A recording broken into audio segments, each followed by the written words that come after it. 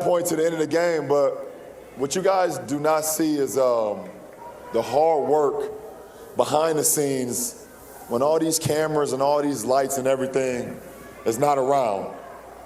And I heard a lot of thank you LeBrons today, and thanks for coming home and thanks for keeping your promise, but I really, you guys really should be thanking all the guys up here, to be honest.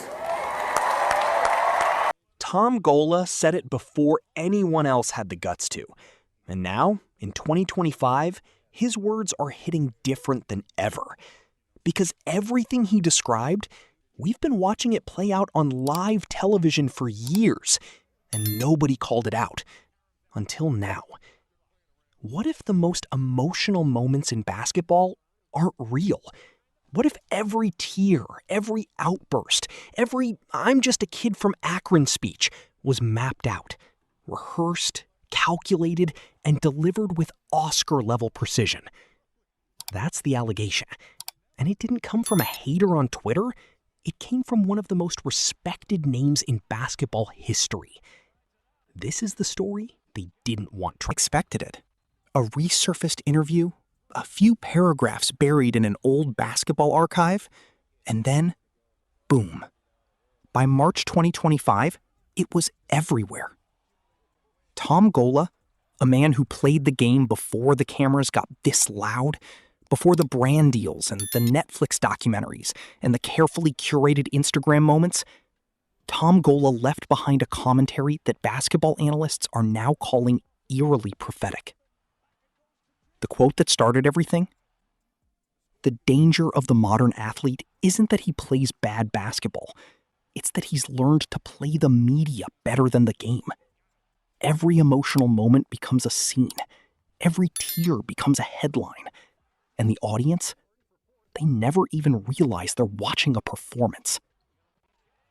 No name was attached when it first circulated, but within 48 hours, was coach of LaSalle in the late 60s, 1968, 1970 era. He did everything, and he did everything and anything in the city of Philadelphia, which is kind of unheard of, and he succeeded in everything he did, which is kind of cool.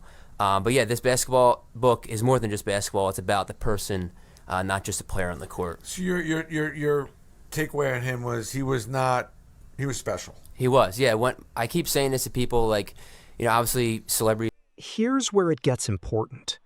Because you can't just dismiss this as noise. Tom Gola wasn't some bitter bench player with an axe to grind. This was a man who dominated at every single level he touched. College champion, NBA champion, all-star.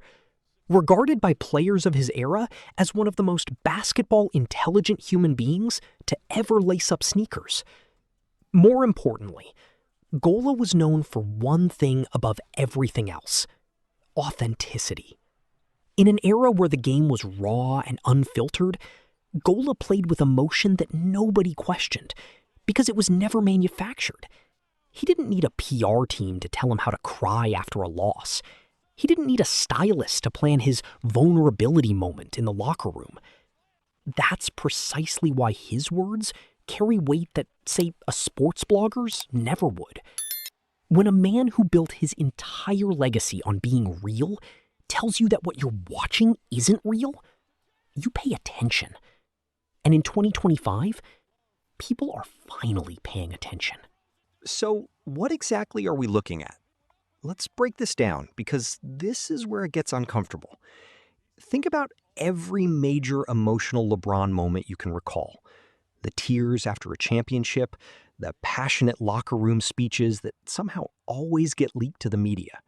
The sideline reactions, the ones where the camera cuts to him right at the perfect angle, looking either devastated or inspired, depending on what the narrative needs that night.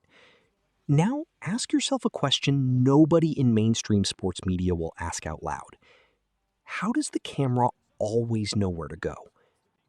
Analysts who've been quietly discussing this away from the big microphones started pointing to something in early 2025, a consistency that goes beyond coincidence. When LeBron wants sympathy, there's emotional display. When LeBron wants respect, there's a fiery speech. When LeBron wants to control a news cycle that's going in a bad direction, there's a heartfelt moment that floods your timeline within the hour. One analyst put it bluntly, and this is not from mainstream media. This is not something you'll hear on the big networks. It's not that the emotion isn't there, it's that the timing is too perfect. Real emotion is messy and inconvenient. What we keep seeing is emotion that arrives exactly when it's needed most, for the brand, not for the game. That's a damning observation. And Gola said something almost identical, decades before LeBron ever touched an NBA floor. Theory a little too well. Stay with me here, because this next part is what really got people spiraling online. There's a moment, and you know the one, where LeBron breaks down in what appears to be genuine, uncontrollable emotion. The cameras are ready. The lighting is perfect. A microphone somehow catches every word. The clip is clipped, packaged, and on every sports page within the hour. No leaks, no blurry phone footage, crystal clear, perfectly framed. Now, contrast that with real, unplanned emotional moments from other athletes throughout history. Grainy, chaotic, caught accidentally. Because real emotion doesn't wait for the camera to find its angle. This isn't about whether LeBron feels things. Of course he does. He's human. The question, the one Gola essentially planted in the cultural soil long before this moment, is whether those feelings are being directed. And that's a very different conversation. People online in 2025 have been calling it the performance blueprint. The idea that there's a system, whether conscious or not, where emotional moments are leveraged as strategic assets. Reputation repair after a bad series, sympathy generation after criticism, relatability boosts when the out-of-touch billionaire narrative starts gaining traction. The blueprint works. It has worked for years.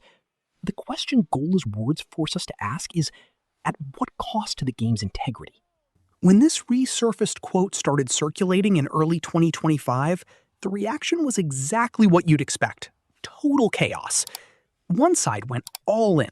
Fans who'd grown tired of what they called the emotional manipulation cycle flooded comment sections with receipts, clip after clip, timeline after timeline, showing the pattern, showing the consistency, showing how the authentic moments always seem to arrive with suspiciously good production value. The other side fired back hard. LeBron defenders called it a coordinated smear campaign. They argued that a man performing at that level for that many years has earned the right to emotional expression, that scrutinizing his tears is a form of disrespect that no other athlete gets subjected to. And honestly, that argument holds some weight too. But here's where it gets really interesting, because neither side could actually dismiss the core of what Gola observed.